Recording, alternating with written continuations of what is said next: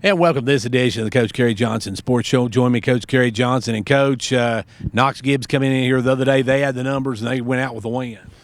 Yeah, we played them well in the first half, and for some reason we come out and the first 5 minutes of the second half in games like that are most of the time are going to be the deciding factors in games. And they took the second half kickoff and drove down the field, went up 21-7. And then if you can answer back, you can overcome that. But what we do is our answer back was a fumble and give them the ball right there at the 15 or 20-yard line, and they score again. And all of a sudden it was 14-7, and then it's 28-7 in a minute. Well, we'll take a look at that game, plus we'll look at this week's matchup with the Clay County Bulldogs right after this. For more than a century, Union Bank has been serving the people of Fentress County. Now, as we begin a new chapter in our history of service, we want to take this opportunity to reassure you that while our building may be new, we're still the same friendly people you have known for years.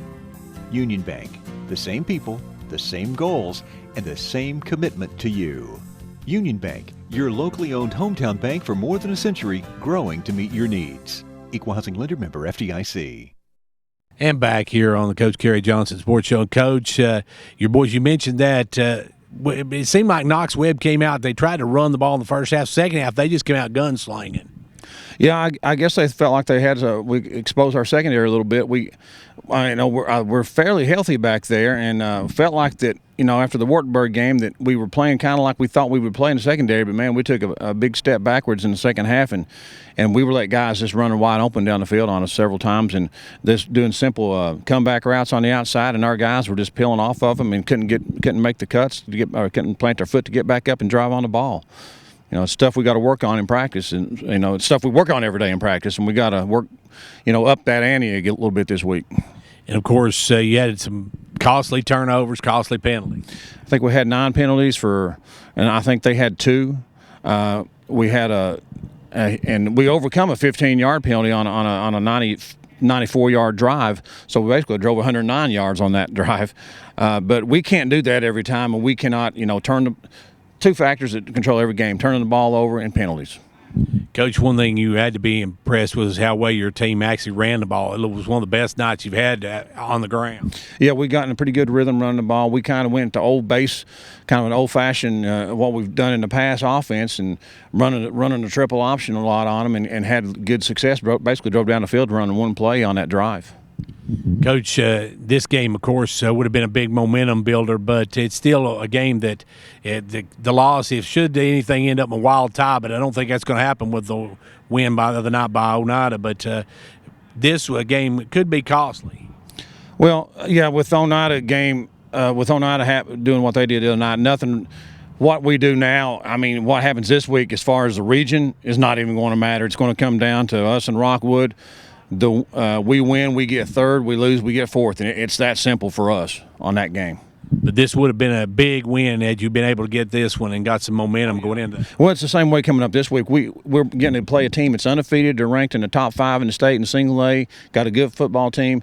We get a chance to knock off an undefeated team. That's a challenge that we need to meet. Well, we're going to take a quick break, and then we'll be back to take a look at those Clay County Bulldogs, the number 5 team in the state, right after this. For more than a century, Union Bank has been serving the people of Fentress County. Now, as we begin a new chapter in our history of service, we want to take this opportunity to reassure you that while our building may be new, we're still the same friendly people you have known for years. Union Bank, the same people, the same goals, and the same commitment to you. Union Bank, your locally owned hometown bank for more than a century, growing to meet your needs. Equal Housing Lender Member FDIC.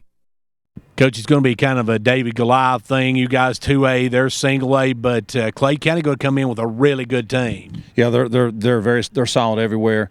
They throw the ball around. The quarterback doesn't like to run it. They're going to throw it, but they've got 2 good inside linebackers. They don't make mistakes. They play a good assignment football. They're well coached. We just have to basically come out. If we play assignment ball, we can beat them. If we don't, and we turn the ball over and we have penalties, we're not going to beat anybody. Coach, what you got to do to move it against Clay County? if we can, we've had a pretty good day of practice so far here today, and if we can come out and do what we're doing in the offensive line against them like we're doing today, we can move the ball. Coach, defensively, what do you got to do to shut them down? We had some breakdowns with our inside play last week, and you saw it, they gashed us on the inside for a couple of big runs. They kind of lured our linebackers out of position a little bit, and this ran back to where they just had left from. So we looked at some film footage on that, and it's basically we had a couple of guys shooting to the same gap on a couple of those. So it comes down to that old nemesis again: is one guy went the right gap, and one guy went the wrong gap, and it leaves one open. Coach, your special teams, they've got to have a big game this week. Well, that's we like I said, we've been focusing a lot on that this year, and hopefully we can continue to do that. Our kickoff coverage has been pretty solid for the most part. Obviously, we've done well with our point after touchdown and field goal team as well. But the main thing is we've got to cover kicks well, and our kickoff return kind of let us down a little bit last week. We thought we had a chance to do some decent returns on them, and we never got any blocks on that. So that's another thing we've worked on already today. Coach, this, like we said, is not a region game. It's not a game that's going to affect the region standings, but it's one of those that you really need to get. You don't want to run into Rockwood in the last game of the season on a 2-game skid. No, we need to build momentum, and beating a good, like I said, an undefeated team, getting a chance to beat an undefeated team was a way to build it, and it's a chance to get to 500 at the end of the year, and then the playoffs. It's everybody's 0-0 going into playoffs. Coach, people say single A versus double A.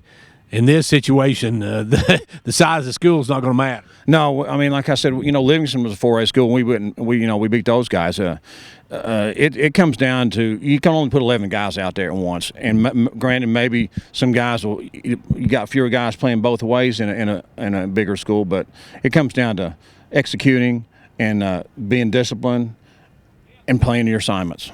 Coach, it's senior night. You're going to be seeing some seniors, they'll be their last home game of the year. That's got to be tough. Yeah, we're losing 6, and they're all good kids. 3 of them are heavy contributors. 3 of them are kind of come off the bench and help us and play special teams for us. Obviously, our 3 captains are big. Losses Dalton, Caden, and Thaddeus all are going to be it's their last time to get to come out here on this field, and that includes right now. We're definitely going on the road in the playoffs, so this is it for them. What time will the pregame stuff begin and all that? I was told between 6:30 and 6:45. And, of course, we want a huge crowd because it's the last game of the season maybe here at York Institute. We need to get everybody out here. Yeah, it's, you miss football when it's not around in the summer, and it's a long time between now and next August. So if you want to see a good game at home, we need your support out here. Well, Coach, thank you for joining us, and best of luck on Friday. Appreciate it, Gary. Well, that's going to do it for this edition of the Coach Kerry Johnson Sports Show. Be sure to turn out on Friday night and support the Dragons as it is senior night at the Pit, and they're going to be taking on Clay County. Kickoff is at 7 o'clock. As you heard, the pregame activities will begin around 6:30, 6:45. And before we go, let me remind you that I told Coach Church I'd throw in the plug for him. The York cross country team going to be in action Thursday night. They're hosting their 5th annual Sergeant York Invitational. Come out and support them. They're going to start around 4:30. Till next week for 15104 Sports, I'm Gary Clark. See you at the game.